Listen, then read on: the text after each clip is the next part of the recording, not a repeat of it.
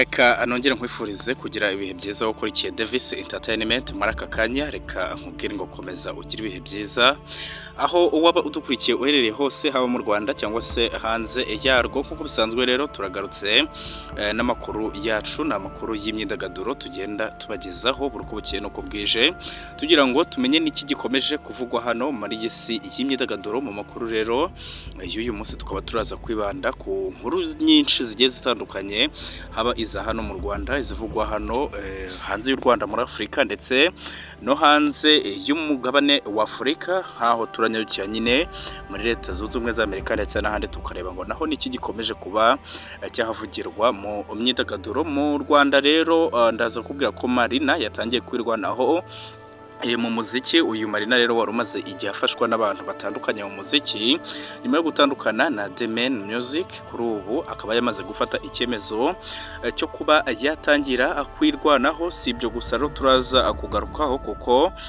ndaza no kukubwira ko Yivri wagiye bamutega gutoroka yagarutse i Kigali avuga n'imishinga yakoreye hariya muri Canada. Uyu muhanzi akaba n'umwanditsi w'indirimbo Rugamba Yivri wamenyekanye nka Yivri, akaba yagarutse i Kigali amwenyura aho avuye muri Canada nyuma y'ukwezi kurenga abarizwa muri kiriya gihugu, aho yakoreye imishinga itandukanye irimo n'ifatwa ry'amashusho y'indirimbo yiwe. Ubwo nabyo tukaba turaza kubigarukaho ku buryo burambuye. Muri aya makuru ndaza no kukubwira ko Davido kuri ubu ngubu agiye kuba yashingirwa. Si ibyo gusa ko ndaza no kubwira ko abarimo John Legend, Davido na Angelique Kidjo barimo bishimiye ibikorwa bya Grammy Awards mu bihugu birimo n'iki gihugu cy'u Rwanda. Abo bahanzi rero bakomeye mu muziki ku isi bakaba banyuzwe n'icyemezo cyafashwe na Recording Academy ifite mu biganza Grammy Awards yo kwagurira ibikorwa byo muri Afurika, harimo rero n'igihugu cya hano mu Rwanda. Tudatinze rero reka amakuru yacu tuyahere kuri iyi nkuru ya Marina, aho bivugwa ko yatangiye kwirwanaho muri uru rugendo rwe rw'umuziki. Uyu Marina rero wari umaze igihe afashwa n'abantu batandukanye mu muziki, nyuma yo gutandukana na The Man Music. Kuri ubu yafashe icyemezo cyo gutangira kwirwanaho. Ibi rero uyu muhanzikazi yabibwiye itangazamakuru nyuma yo gusohora indirimbo ye nshya yise Avec Toi. Ni iya mbere rero akize hanze nyuma yo gufata icyemezo cyo kwirwanaho. Yagize ati rero nyuma y'uko ntandukanye na The Man Music nanyuze mu bihe bitandukanye, hari abantu rero benshi twagiye tuganira imikoranire, bamwe tukabyemeranya ariko ntitubigenderemo neza, abandi rero ugasanga nta nubwo dukoranye. Ati maze iminsi rero mu bitekerezo byo kwibaza ukuntu natangira kwirwanaho kandi ngakora umuziki umeze neza cyane. Marina rero akaba yavuze ko gutekereza kwirwanaho ngo ariyo mpamvu aterukaga gusohora indirimbo nshya. Marina rero yavuze ko kugeza ubu ari we uri kwirwanaho mu muziki we afatanyije nyine n'inshuti ziwe. Ati ubu ninjye uri kwirwanaho, ati mfatanyije n'inshuti zanjye zimba hafi bya buri munsi. Ati nibaza ko rero dufatanyije ibintu bizagenda neza, abakunzi banjye ntibazongera kugira irungu ukundi. Iyi ndirimbo rero nshya Avec Toi Marina yashyize hanze mu buryo bw'amajwi yakoze na Prince Kizi, mu gihe amashusho yayo yafashwe anatunganwa na AB Godwin. Marina rero akaba yinjijwe mu muziki na Uncle, aho yamenyekanye cyane ubwo yakoranaga na The Man Music mu minsi ishize. Bikaba byaravugwaga ko agiye gukorana na Muyoboke Alex, ariko akaba yavuze ko agiye kwikorana ku giti ikiwe. Nanone reka dukomereze kuri uyu Yivri wagiye bamutega gutoroka, aho yagarutse i Kigali avuga n'imishinga yakoreye hariya mu gihugu cya Canada. Uyu muhanzi akaba n'umwanditsi w'indirimbo Rugamba Yivri wamenyekanye nka Yivri, akaba yagarutse i Kigali amwenyura avuye muri Canada nyuma y'ukwezi kurenga abarizwa muri kiriya gihugu, aho yakoreye imishinga itandukanye irimo n'ifatwa ry'amashusho y'indirimbo ye. Uyu mugabo rero akaba yarageze ku kibuga cy'indege mpuzamahanga cya Kigali mu ijoro ryo ku wa gatanu, ubwo ndi ku munsi w'ejo ku itariki ya 14 z'ukwezi kwa gatandatu umwaka wa 2024. Akaba yakiriwe rero nabo mu muryango we, barimo umugore we n'umwana we, umujyanama we ndetse n'abandi. Yaherukaga rero i Kigali ku itariki ya 24 Mata 2024, kuko aribwo yerekeje hariya muri Canada. Bimwe rero mu bikorwa byari byamujyanye muri kiriya gihugu harimo kuhakorera igitaramo, kuririmba mu bukwe bw'abantu babiri ndetse no kuhakorera indirimbo. Mu kiganiro rero n'itangazamakuru uyu Ivory akaba yarabwiye itangazamakuru ko ibyo ari byamujyanye byose yabashije kubikora, birimo no kuhakorera indirimbo ye ya mbere. Ati ibyo ari byatujyanye nyine n'ubundi byose twabashije kuba twabikora. Uyu mugabo rero yavuze ko indirimbo yakozwe mu buryo bw'amajwi na producer Medbeats, ariko yari ayimaranye nyine nk'igihe ngo nubwo yayikoreye hariya muri Canada. Yavuze ko rero gukorera indirimbo muri Canada bitari ibintu byoroshye kuri we. Ati ntabwo biba byoroshye kuko bisaba inzira nyinshi, ariko nyine birakunda guca mu nzira nk'iz'abandi bacamo.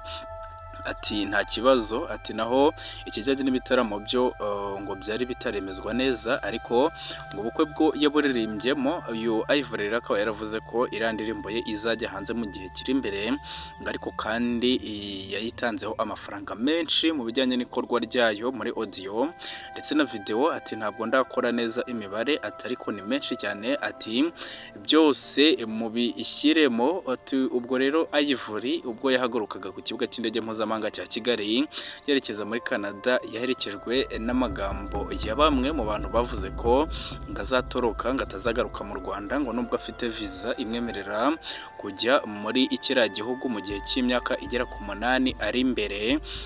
Avuze ko rero ngo atagiye muri Canada atekereza gutoroka kuko yarajyanwe n'akazi. Ati ntabwo nahamya yuko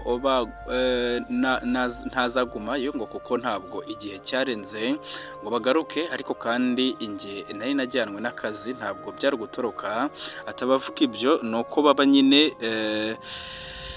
batishimiye n'umuntu. Umujyanama we rero Gauchi wakaba yaravuze ko intego afite ngaruko Ivory akora ibikorwa birenga imipaka. Ati intego yanjye rero muri umuziki ntabwo hari amafaranga, ahubwo no gushyira itafari ryanjye nanjye mu muziki nyarwanda uve ku rwego rumwe ube wagera no ku rundi. Reka amakuru yacu tuyakomereze kuri iyi nkuru ivuga ko rugeretse hagati y'umunyarwenya Eric Omondi na perezida wa Kenya William Ruto. Uyu munyarwenya rero w'umunyakenya Eric Omondi uzwiho kutaripfana rurageretse hagati ye na perezida w'iki gihugu William Ruto, aho avuga ko akwiriye kugabanya ingendo zijya hanze y'iki gihugu kubera ko ari gusesagura umutungo w'igihugu. Uyu munyarwenya rero yabigarutseho mu kiganiro yagiranye na Citizen TV.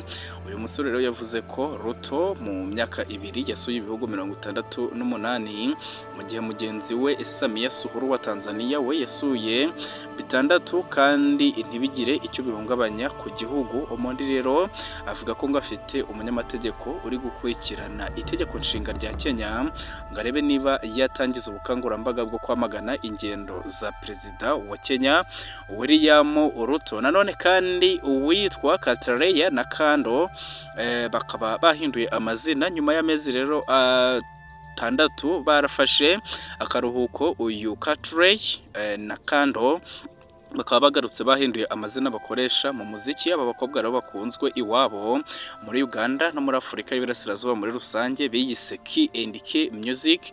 Abakobwa rero bakaba barahinduye izina nyuma yo kuva muri Treno Music Management yabafashaga mu muziki wabo kuva mu mwaka wa 2018. Nanone rero Shatta Wale yahaye inkwenene Sarkodie wigereranyije nyine na Davido, Wizkid ndetse na Burna Boy. Rukaba rugeretse hagati y'abahanzi b'abanyagana Shatta Wale na mugenzi we Sarkodie. Nyuma yaho Sarkodie yigereranyije n'abahanzi bakomeye muri Nigeria barimo Davido, Wizkid, Burna Boy na Asake. Ibi rero Sarkodie akaba yabigarutseho mu ndirimbo aherutse gushyira hanze yise Braga. Shatta Wale rero akaba yahisemo kumusubiza amubwira ko nubwo yigamba gutyo muri iki gihe yashyirwa mu gatebo k'abahanzi bazimye. Nanone uwitwa Ruga yatangaje ko yoroherwa no kujya mu rukundo.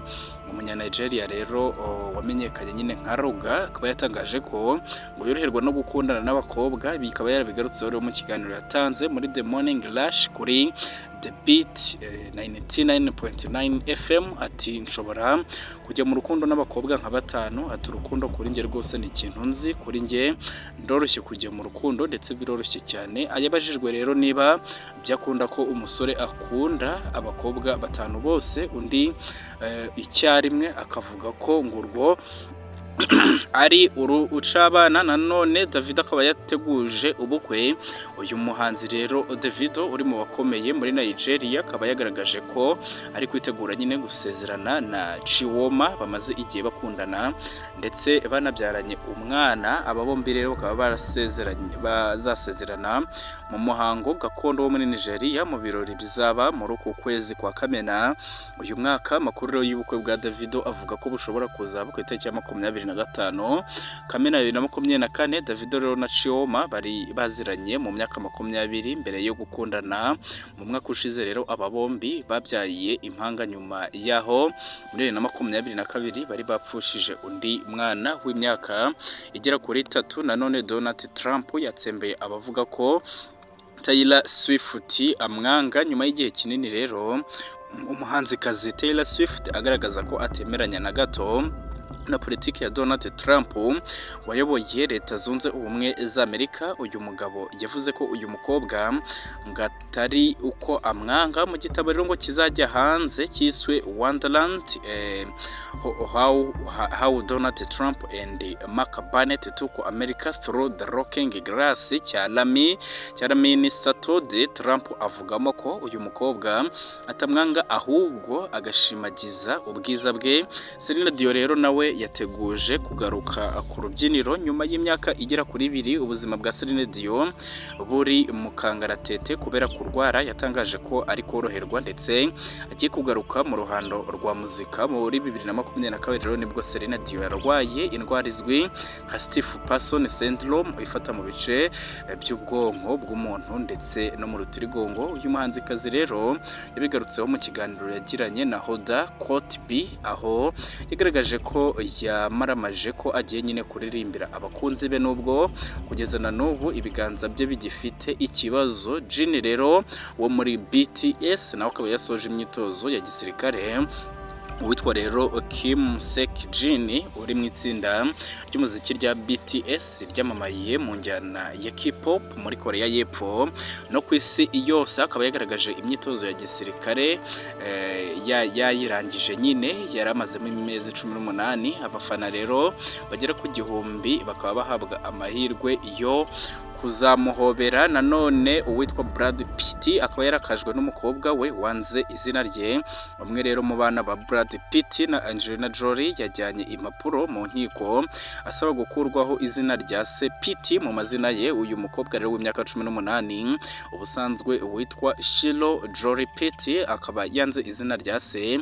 Bikaba rero ngo ari ikimenyetso cy'igihe kinini amaze adahura na se biturutse ku mibanire ye na Angelina Jolie. Impapuro z'ubusabe bw'uyu mukobwa yazishyikirije urukiko ku itariki ya 27 Gicurasi ku isabukuru ye y'imyaka 18.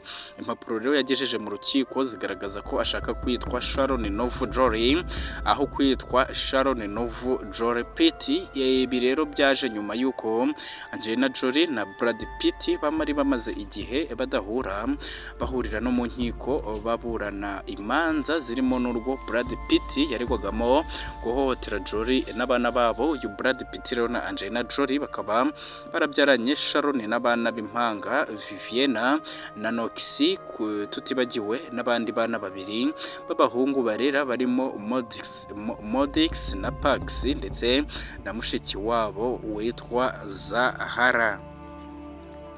Reka nanone amakuru yacu tuyakomereze kuri iyi nkuru ivuga ko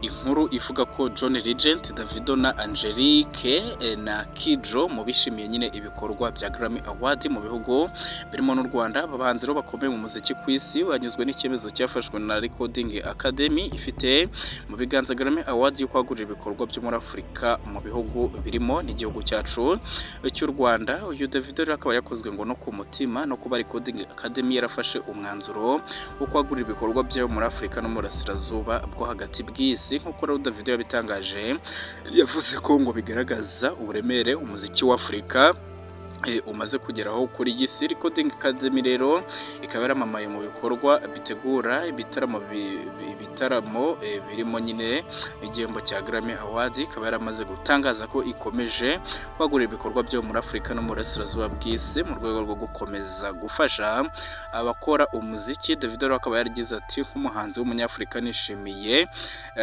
iryo yagura bikorwa rya Recording Academy muri Afurika no mu burasirazuba bwo hagati, bishimangira rero imbaraga impano zacu zifite. Recording Academy rero ifatwa nk'igipimo cy'umuziki ishinze imizi nyine, aho uwegukanye Grammy Award ari mu bikorwa byayo afatwa nk'igihangaje ku isi, akagira igitinyiro, akanerekezwaho amaso biruseho. Reka amakuru twe tubafitiye uyu munsi tuyahinira ahangaha, nkwibutsa ko iyi ari Davis Entertainment, ariko bwa mbere udusubire ushobora gukanda buto ya subscribe kugira ngo tujye tubana mu makuru agiye atandukanye tugenda tukugezaho uko bukeye nuko bwije. Nkwibutsa ko rero amakuru yacu arakagaruka. Reka twe tubafitiye kuri iyi tariki ya 15 z'ukwezi kwa gatandatu 2024 tube tuyahiniye ahangaha. Nkwibutsa ko rwose mu itsinda ry'abanyamakuru ba Davis Entertainment baba badufashije gutara